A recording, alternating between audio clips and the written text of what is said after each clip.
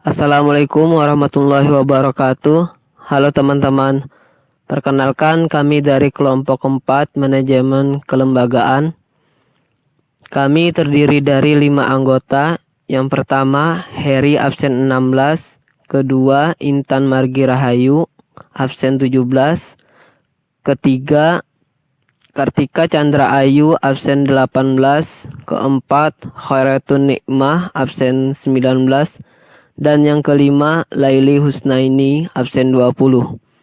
Di sini kami ingin menjelaskan tentang lingkungan organisasi atau kelembagaan.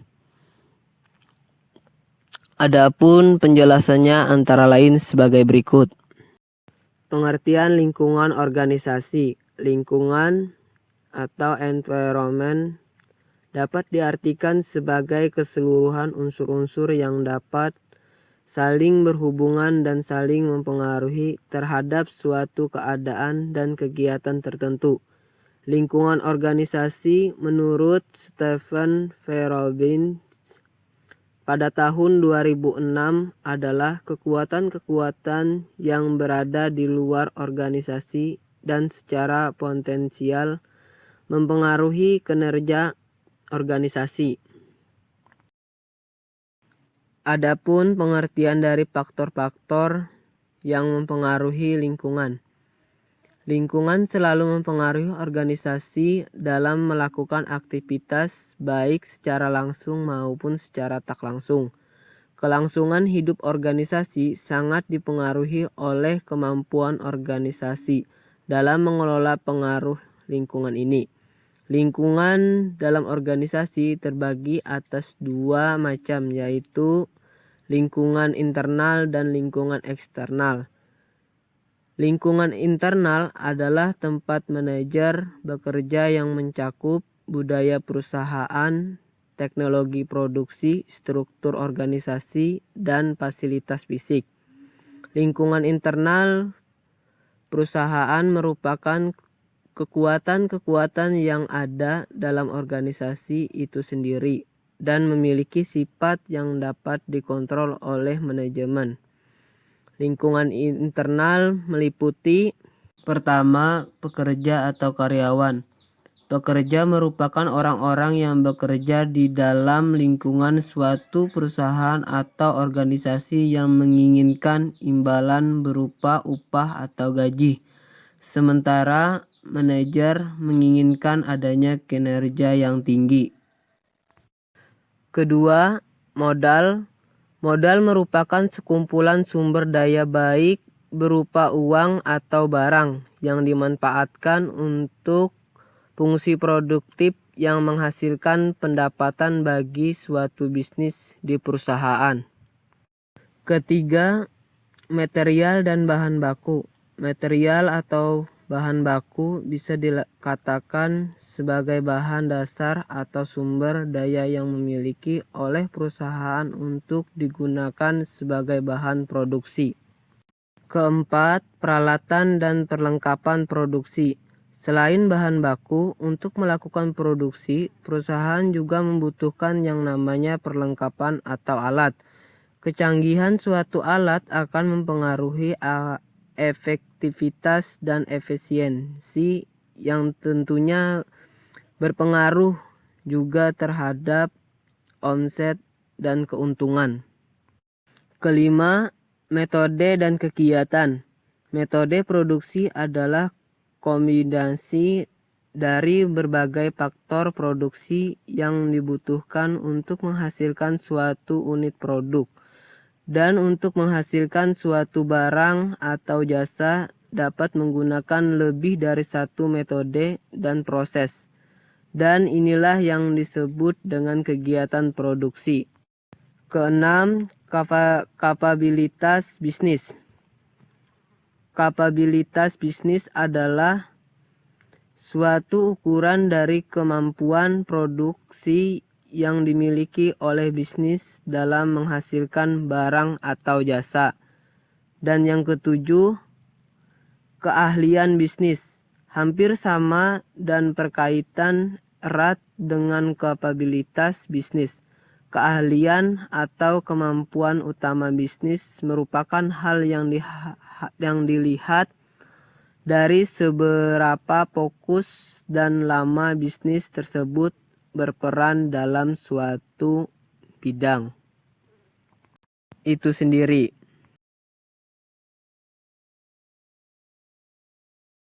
Lingkungan eksternal adalah institusi atau kekuatan luar yang potensial mempengaruhi kinerja organisasi. Lingkungan eksternal dibagi menjadi dua, yaitu lingkungan mikro khusus dan lingkungan makro umum.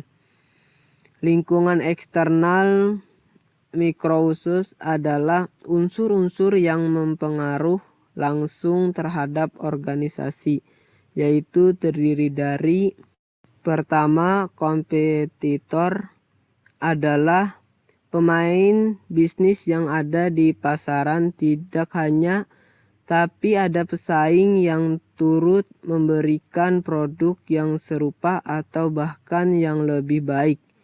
Ini merupakan salah satu lingkungan eksternal yang tidak bisa dikendalikan oleh suatu perusahaan atau bisnis, tetapi hanya bisa dihadapi dengan cara menganalisis dan menentukan strategi untuk menghadapi kompetitor sehingga bisa memenangkan persaingan di pasar. Kedua, konsumen. Konsumen akhir selalu memiliki preferensi, anggapan, dan pengalaman terhadap produk yang akan dibelinya. Hal inilah yang membuat perilaku konsumen selalu berbeda-beda terhadap suatu produk. Ketiga, pasar tenaga kerja. Tenaga kerja merupakan mitra strategis perusahaan karena dengan memiliki tenaga kerja yang terampil, perusahaan dapat melakukan aktivitas perusahaan dengan efisien dan mempunyai keunggulan dibandingkan dengan perusahaan lain. Oleh karena itu, perusahaan harus mampu merekrut dan mempertahankan tenaga kerja yang terampil. Keempat, pemegang saham. Pemegang saham adalah individual atau badan hukum yang legal yang memiliki satu atau banyak saham di perusahaan. Mereka yang memiliki wewenang dalam memberikan kebijakan, menguncurkan dana, dan mengontrol kegiatan. Kelima, supplier dan distributor. Suatu bisnis atau perusahaan tentunya bergantung dengan pihak lain, di mana untuk mendapatkan sumber daya atau bahan baku, mereka membutuhkan supplier dan terkadang untuk memasarkan produk mereka membutuhkan distributor atau penyalur.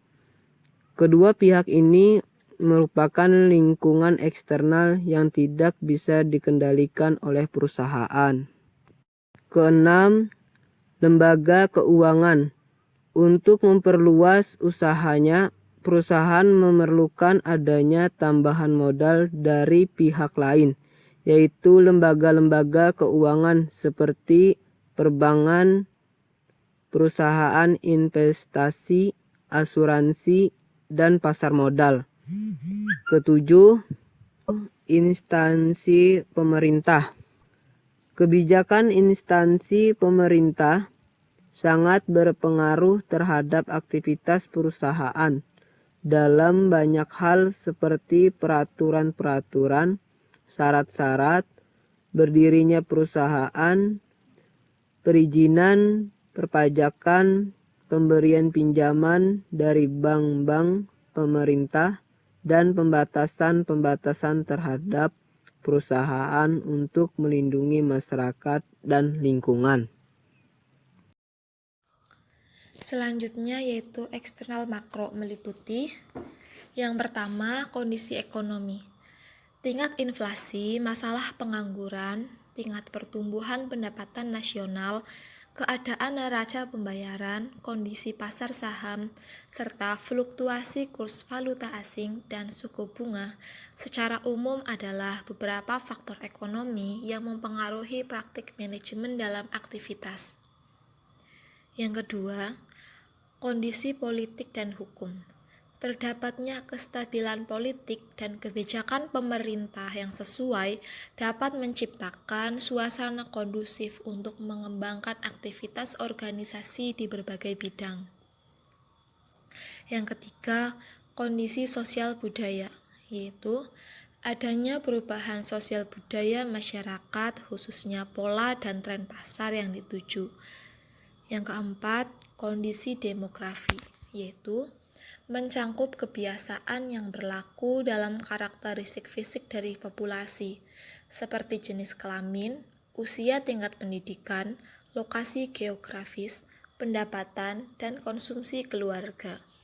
Perubahan pada karakteristik ini dapat berpengaruh pada kebijakan manajemen perusahaan dalam perencanaan, pengorganisasian, memimpin, dan mengontrol organisasinya.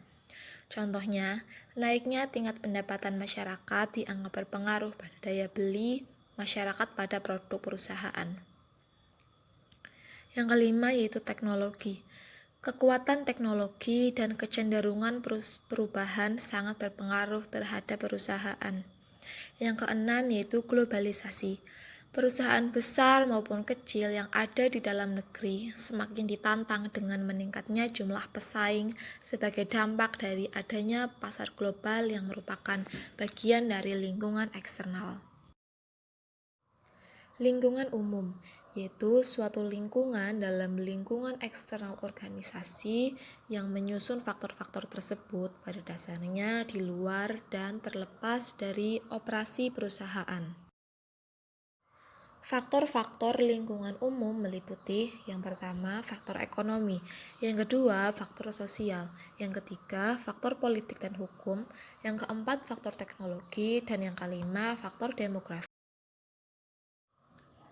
Berikutnya yaitu lingkungan industri, merupakan tingkatan dari lingkungan eksternal organisasi yang menghasilkan komponen yang secara normal memiliki implikasi yang relatif lebih spesifik dan langsung terhadap operasi perusahaan.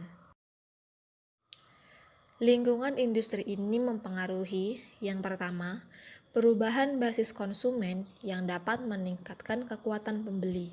Yang kedua, keberagaman dalam karakteristik desain dan kualitas di antara pemain akan meningkatkan persaingan.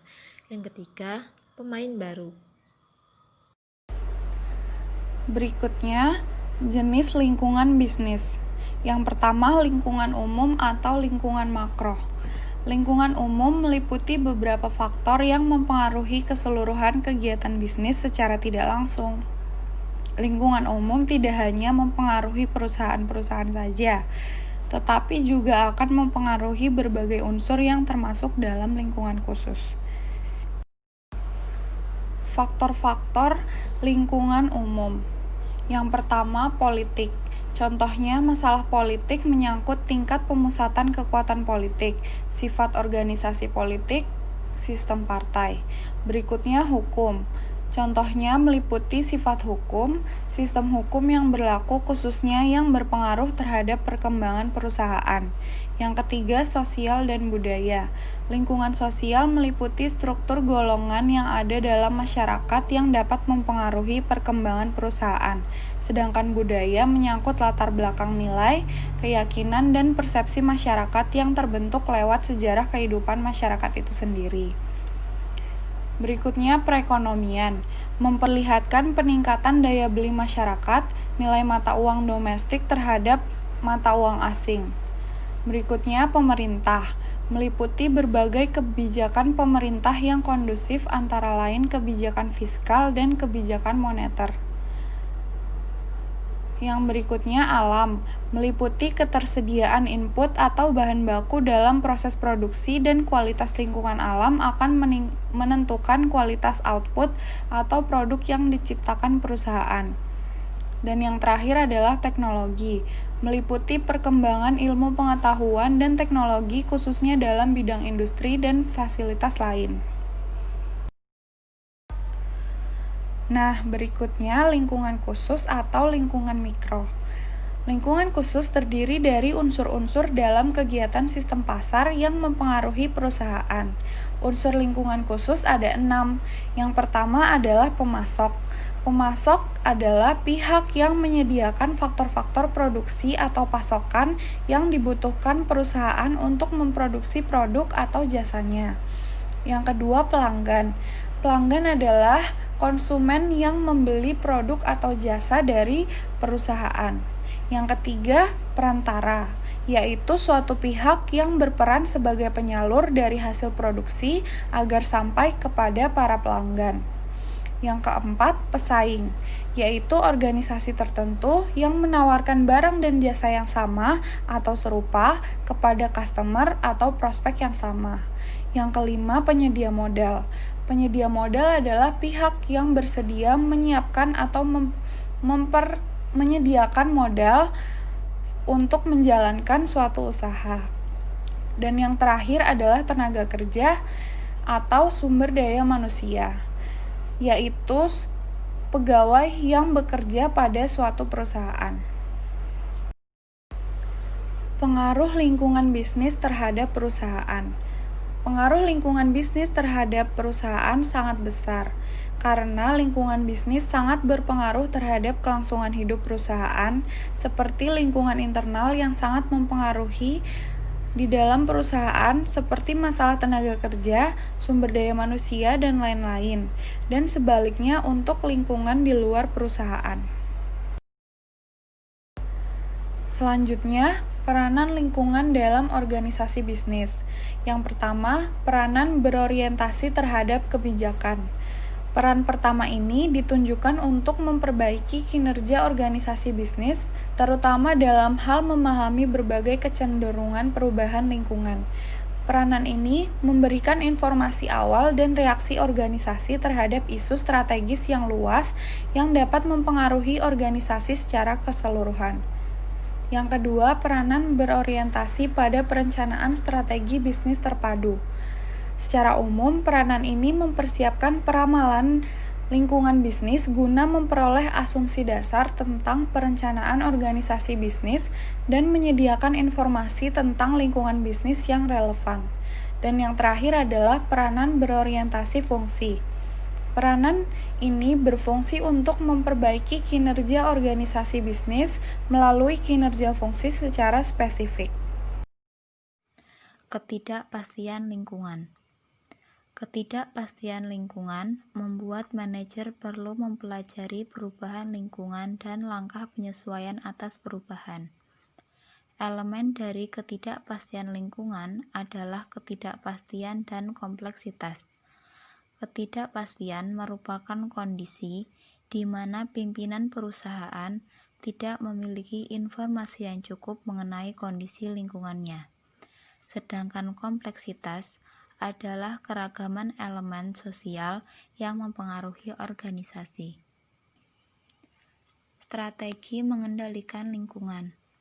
Langkah-langkah tersebut untuk mengendalikan lingkungan yaitu menciptakan hubungan baik dengan elemen-elemen utama yang berpengaruh, yang meliputi integrasi, kontak, kooptasi, pengangkatan eksekutif, iklan, dan hubungan masyarakat. Integrasi atau penggabungan yaitu berusaha mengintegrasikan organisasi lain yang merupakan sumber ketidakpastian, menggabungkannya menjadi bagian dari organisasi kita sendiri. Kontak atau joint venture atau usaha patungan. Usaha patungan mengurangi ketidakpastian melalui ikatan yang bersifat formal dengan organisasi lainnya. Kooptasi. Kooptasi adalah usaha untuk mengadopsi seseorang yang dianggap penting dari lingkungan untuk menjadi anggota organisasi. Pengangkatan eksekutif, salah satu cara untuk mengembangkan hubungan yang baik dengan lingkungan. seseorang yang memiliki kedudukan penting ataupun berpengaruh dalam lingkungan diadopsi oleh organisasi. Iklan dan hubungan masyarakat. Cara tradisional untuk mengembangkan hubungan baik dengan lingkungan dilakukan melalui iklan, yang tujuannya untuk mempengaruhi selera maupun pandangan konsumen. Hubungan masyarakat pada dasarnya serupa dengan pemasangan iklan, tetapi dilakukan tanpa mengeluarkan biaya dan ditujukan untuk mempengaruhi pandangan masyarakat mengenai perusahaan atau organisasi. Langkah yang selanjutnya yaitu mengendalikan lingkungan agar tidak berbahaya dengan mengubah bidang kegiatan, kegiatan politik, dan asosiasi pengusaha sejenis. Mengubah bidang kegiatan, organisasi dapat mengubah bidang kegiatan untuk mendapatkan suasana lingkungan yang lebih baik. Kegiatan politik. Melalui kegiatan politik, organisasi seringkali bisa mempengaruhi bentuk peraturan-peraturan pemerintah, sehingga tidak berbahaya bagi organisasi. Organisasi melakukan hal itu melalui lobbying dengan pihak legislatif. Dan yang terakhir yaitu dengan asosiasi pengusaha sejenis. Seringkali untuk mempengaruhi lingkungan terlalu berat apabila dilaksanakan oleh suatu organisasi. Karena itu muncul asosiasi pengusaha sejenis yang merupakan persatuan dari beberapa organisasi yang bertujuan sama. Adanya persatuan itu memungkinkan terkumpulnya kekuatan maupun sumber daya yang cukup besar untuk mempengaruhi lingkungan. Selanjutnya yaitu membahas mengenai studi kasus pada industri rumah tangga keripik tempe Rimas Malang. Industri rumah tangga keripik tempe Rimas Malang. Keripik tempe Rimas adalah industri rumah tangga yang bergerak di bidang produksi dan penjualan pangan yaitu keripik tempe. Usaha ini didirikan pada tahun 1993 oleh sang pemilik Ibu Siti Nurhayati atau yang lebih dikenal dengan Ibu Sugiri. Perusahaan ini berlokasi di Jalan Terusan Sulfat, Gang 1, Malang, Jawa Timur. Analisis lingkungan eksternal. Analisis lingkungan eksternal terdiri dari lingkungan eksternal dan lingkungan umum. Lingkungan eksternal terdiri dari berbagai faktor. Yang pertama, persaingan. Persaingan keripik tempe Rimas memiliki posisi bersaing sebagai pengikut pasar. Karena perusahaan ini berusaha untuk tetap mempertahankan pangsa pasarnya tanpa mengganggu keseimbangan yang ada. Perusahaan ini memilih untuk menonjolkan salah satu keunggulan yang dimilikinya terhadap pasar sasaran, yaitu dari segi kualitas. Yang kedua yaitu ancaman perusahaan keripik tempe baru. Munculnya perusahaan pendatang baru akan menimbulkan perebutan pangsa pasar yang lebih agresif, didorong dengan motivasi penguatan posisi pendatang baru dalam kancah bisnis serupa. Perusahaan pendatang baru seringkali membawa kapasitas baru, dorongan kuat untuk merebut pasar, serta diikuti sumber daya yang lebih besar untuk menciptakan posisi yang menguntungkan.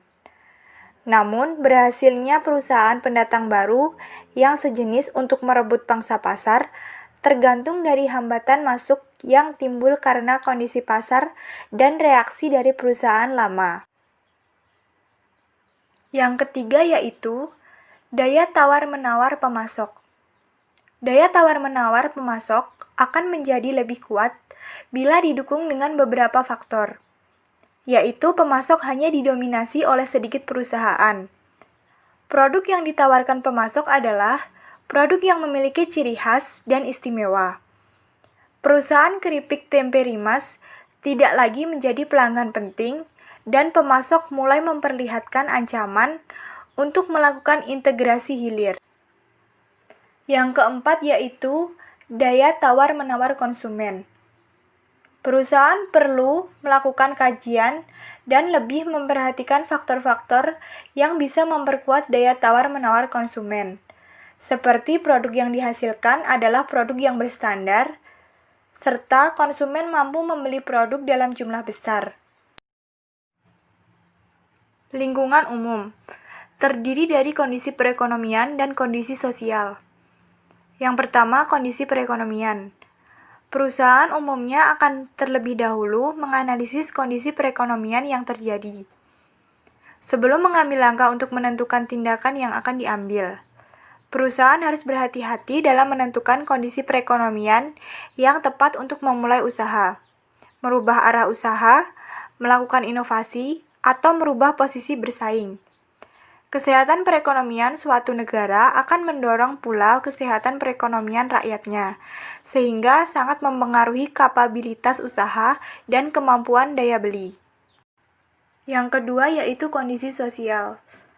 Memperoleh pencitraan sosial yang baik dari lingkungan sekitar tempat pengusaha berada akan memudahkan perusahaan untuk mengembangkan dan mempertahankan bisnis yang digeluti.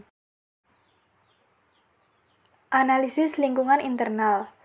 Analisis lingkungan internal terdiri dari beberapa faktor. Yang pertama, sumber daya manusia. Pada perusahaan keripik tempe Rimas, pengelolaan sumber daya manusia dilakukan oleh sang pemilik.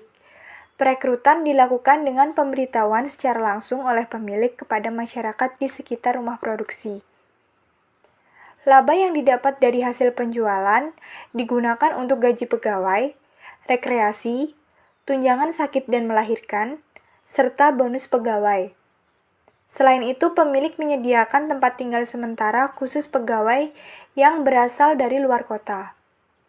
Jadwal kerja pegawai diatur mulai dari hari Senin sampai Sabtu, dengan rata-rata jam kerja mulai pukul 8 pagi sampai 8 malam. Bagi pegawai baru, pemilik memberikan pelatihan pegawai dengan memberi contoh langsung pada saat aktivitas produksi berjalan. Pegawai yang bekerja dalam perusahaan tidak terikat kontrak. Yang kedua, produksi atau jenis pelayanan. Perusahaan ini memproduksi bahan pangan yang termasuk jenis makanan ringan. Jenis pelayanan dapat dilakukan secara langsung atau pemesanan melalui via telepon. Yang ketiga yaitu pemasaran. Sistem pemasaran dilakukan dengan memanfaatkan komunikasi dari mulut ke mulut.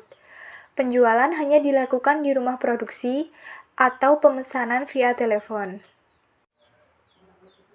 Yang keempat yaitu keuangan. Perusahaan tidak disiplin dalam pencatatan keuangan, bahkan sering diabaikan dan pencatatannya masih bersifat manual dan kurang terintegrasi. Yang kelima, teknologi yang digunakan. Teknologi yang digunakan masih menggunakan teknologi sederhana. Kendala utama perusahaan untuk mengadopsi teknologi yang lebih maju adalah kurangnya modal dan sumber daya manusia yang belum terlatih dengan maksimal. Yang keenam yaitu penelitian dan pengembangan. Penelitian dan pengembangan mengenai usaha keripik tempe diperoleh melalui seminar-seminar yang diikuti oleh pemilik. Beberapa seminar yang diikuti antara lain mengenai metode pemasaran dan memperbesar kapasitas produksi, proses pengemasan yang baik dan menarik, dan mengenai peningkatan kualitas produk. Selain itu, perusahaan juga melakukan percobaan dan pengembangan sendiri, yaitu dengan membuat keripik tempe beraneka rasa. Sekian yang dapat kami sampaikan, kurang lebihnya mohon maaf. Wassalamualaikum warahmatullahi wabarakatuh.